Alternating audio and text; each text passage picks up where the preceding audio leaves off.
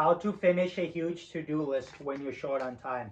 So I'm going to use my real to-do list for this, and I'm going to show you step by step how you can do this. So step one is you want to list all your tasks.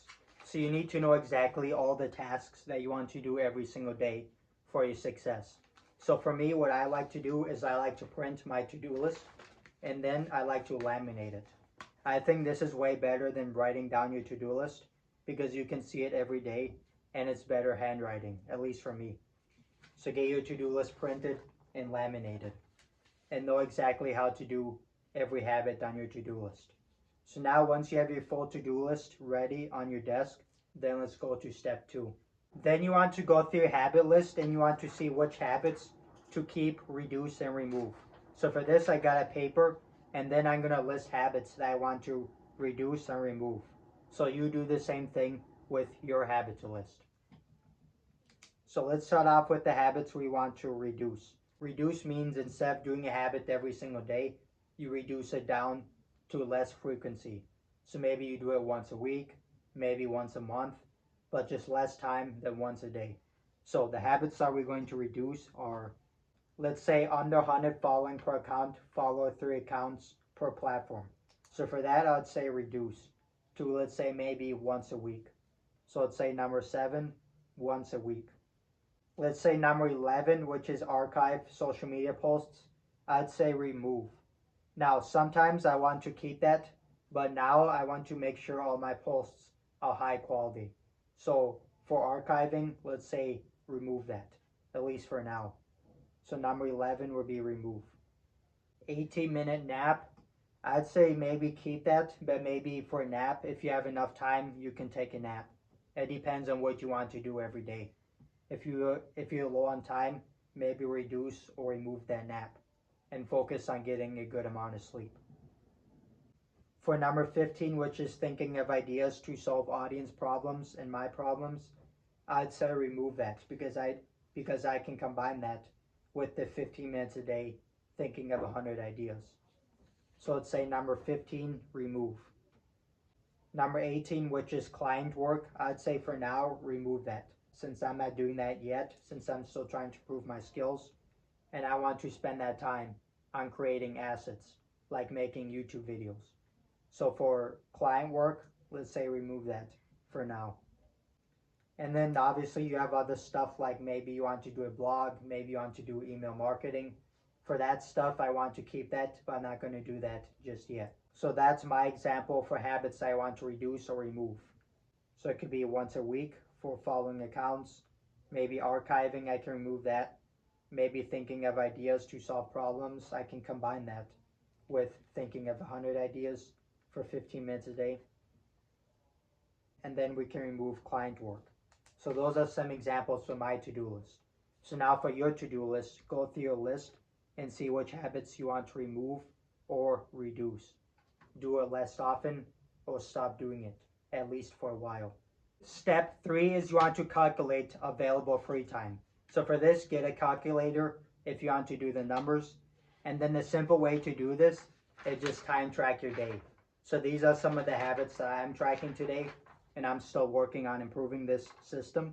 But what you can do is simply just track the habits that you do every day that take 1 minute or more. Don't over stress this. If you miss tracking some habits sometimes, that's fine. But you want to get a rough idea of how you spend your daily minutes. So that we can see an estimate of how much free time you have a day for your success habits. So maybe for everything that you do, maybe you have 3 hours of daily free time.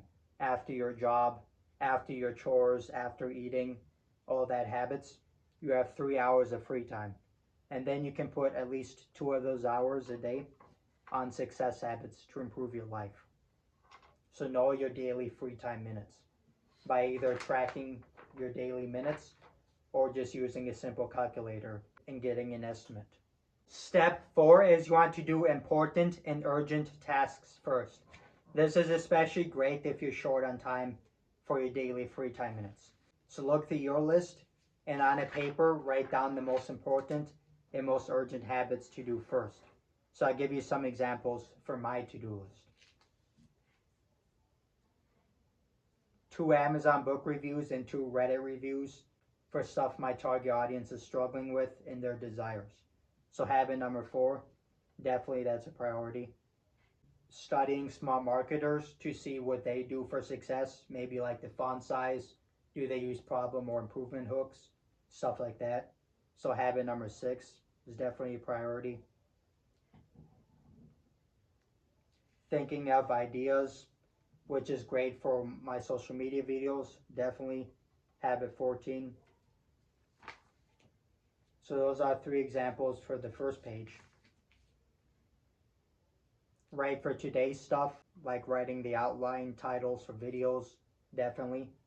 So those are 4 examples from my to-do list that I might prioritize and do in order first. So now for your to-do list on a paper, write down the most important and most urgent habits to do first. So that way, once you finish those habits, then you can go on to the next habits that are most important, most urgent. So like a priority order. Get the important stuff done first, then the second most important habits done. So that way you're getting max value out of your free time. And then you want to move to the next priorities, which is the next most important set of tasks. So for me, I'll give you 3 examples from my to-do list that I might do after my most important and most urgent habits. So let's say free success videos for 20 minutes. That's like YouTube video learning. Definitely maybe learning from courses, since I learn a lot from that. And then reading, maybe 40 pages or 10 pages, but reading. So after I finish my most important habits, then I move on to that. So for you, on a paper, write down your next most important and most urgent habits. That's what you'll do after you finish your most important and urgent habits first. So you're moving down the order. Start with a 5-minute win. So if you're procrastinating on starting your to-do list during your free time, what you want to do is do a very easy habit, one that takes 5 minutes or less. So a simple thing that you can do to get started is get a learning notebook that you have video notes or book notes, and just look through it for 5 minutes and analyze your notes. See things that you learned, see things that you can improve in your life, maybe find things that you can test today for your habits. Just go through your notes for 5 minutes and read through them. And then once you do that, then it'll be a lot easier to start your to-do list because you already have momentum. And then this is how you can stay consistent to do a lot of habits for a long period of time, even with a low amount of free time. So what you want to do for the final step is you want to track your progress. So however you like to track your progress, whether it's with pen and paper, writing down the amount you did, maybe 10 networking comments, read 10 pages, whatever habits you did, or you can track that on online notes, maybe Google Docs. So whatever method you like most, but track your progress, either the time you did it or the amount you did. And if you want the best results, do both of them. Track how long it took you to do your success habits, so that way you can find ways to do it better and faster, and also track how much you did to keep you consistent, and so that you can see you actually making progress towards your goals. So that's how you can do a huge to-do list even when you're low on time. It's not about finishing every habit, it's about finishing the most important habits at the best of your ability. So give this a try.